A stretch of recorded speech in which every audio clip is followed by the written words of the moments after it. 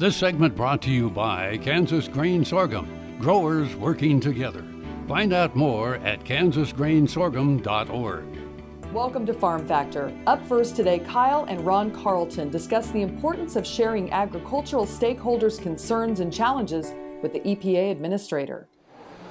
Hi, this is Kyle Bauer with Ron Carleton with EPA.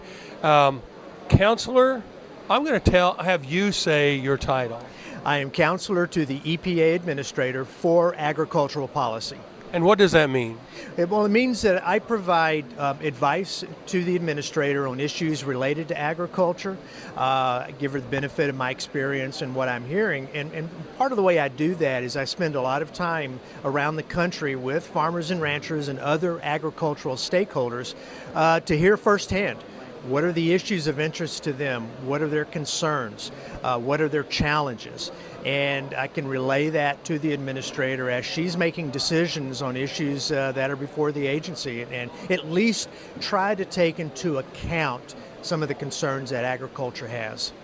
Truly, clean air and clean water is an evolution. In other words, where we were 30 years ago is X, where we are now is Y, where we'll be 30 years from now is Z, and part of what your job would be is to manage that evolution. Oh, absolutely. And the mission of the agency is to protect public health and the environment.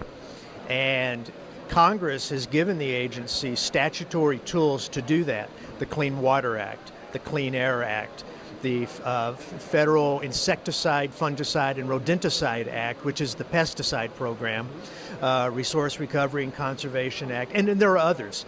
And the agency takes that and fulfills its mission while pursuant to its statutory authority. So, we're all trying to do the same thing.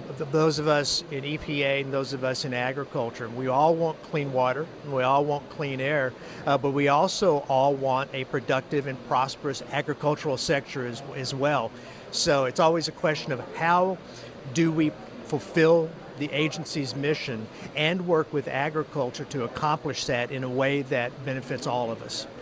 We've made progress. Is the progress going to come slower in the future or faster because of technology?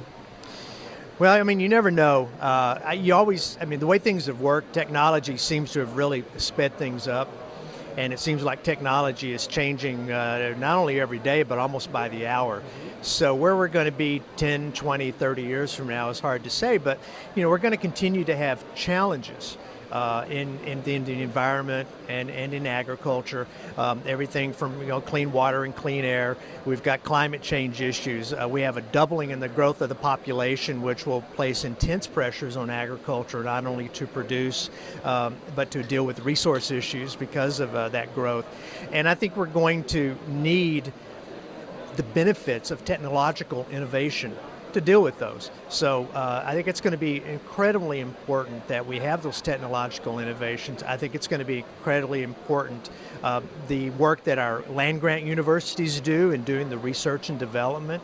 We can take that and apply it to some of these issues that we have. But there's no question, if the past is prologue to the future, technology is going to change, and it really seems to be picking up in pace. We're visiting with Ron Carleton with EPA. This is Kyle Bauer reporting. Back to you, Jamie. Thanks, Kyle. Folks, come back after these messages for this week's Kansas Soybean Update. KFRM is one of the largest farm radio stations in the nation, dedicated to informing and entertaining rural listeners from northern Oklahoma to southwestern Nebraska. You can catch KFRM in many ways. Of course, 550 on the AM dial, streaming at kfrm.com, or on your smartphone by going to the TuneIn Radio app, or on Ag AM in Kansas on Tuesdays and Facebook every day of the week. KFRM, tune us in. You'll be glad you did.